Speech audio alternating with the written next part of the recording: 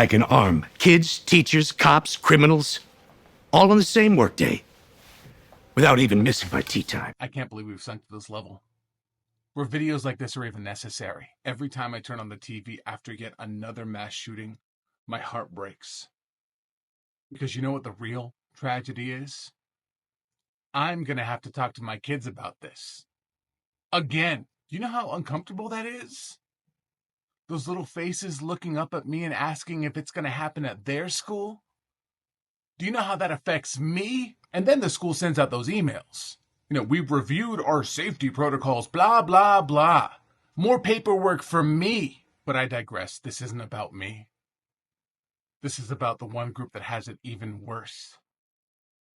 My bleeding heart breaks when I think about the true casualties in all of this. The profits of our beloved gun manufacturers. Did you know these poor multi-billion-dollar corporations are getting sued? Just because their products are being used exactly for the purpose that they were designed to be used for? I can't even fathom the CEO having to postpone buying his third Cybertruck. In this economy, the blood, sweat, and tears of our children that he had to endure to earn that, he worked hard for that. If that's not victimhood, I don't know what is. And then there's the psychological toll.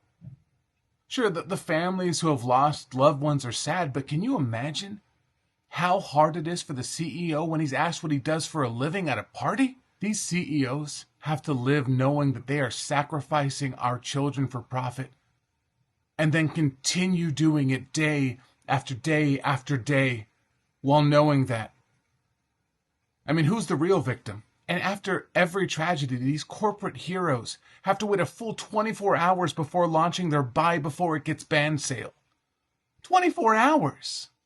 That's a day before yelling about a policy that no politician in Congress has literally ever proposed. That's 24 hours of lost revenue during peak panic. What other industry is forced to sit in silence before they can capitalize on the fear and trauma that they are directly responsible for? And just when they're recovering from one tragedy, another one happens. These manufacturers have to continue weaponizing fear over and over and over again. Do you know how exhausting it is to continually have to stoke paranoia? Their marketing teams are the real first responders here. And then every time there's a shooting, some heartless politician, you know it, is going to suggest that maybe, just maybe, we consider having basic safety regulations. Can you imagine the stress that gun manufacturers go through?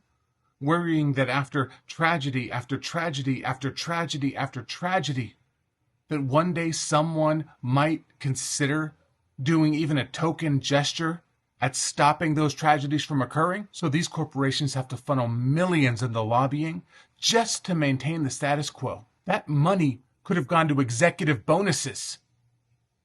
What a waste. And let's talk about the most devastating attack of all. Background checks. The very suggestion that someone with a violent history shouldn't also have immediate access to assault weapons? It just feels very un-American to me. How are gun manufacturers supposed to thrive when people keep suggesting that their customer base be slightly limited to exclude the people most likely to misuse their products? Some people even have the audacity to suggest that maybe, just maybe, profit shouldn't come before human lives. Can you imagine a more vicious attack on the American way? Because at the end of the day, if we see a tragedy and don't immediately ask ourselves, how can I make this about me? Are we really doing anyone justice? It's not that I don't care. I post thoughts and prayers every single time. Thoughts, prayers, profit. At least every time I remember, it all blurs together after a little while. It happens a lot. But at some point, don't we just have to move on and focus on the positive? So let's end this with some hope and a wish. May your conscience remain as empty as your thoughts and prayers.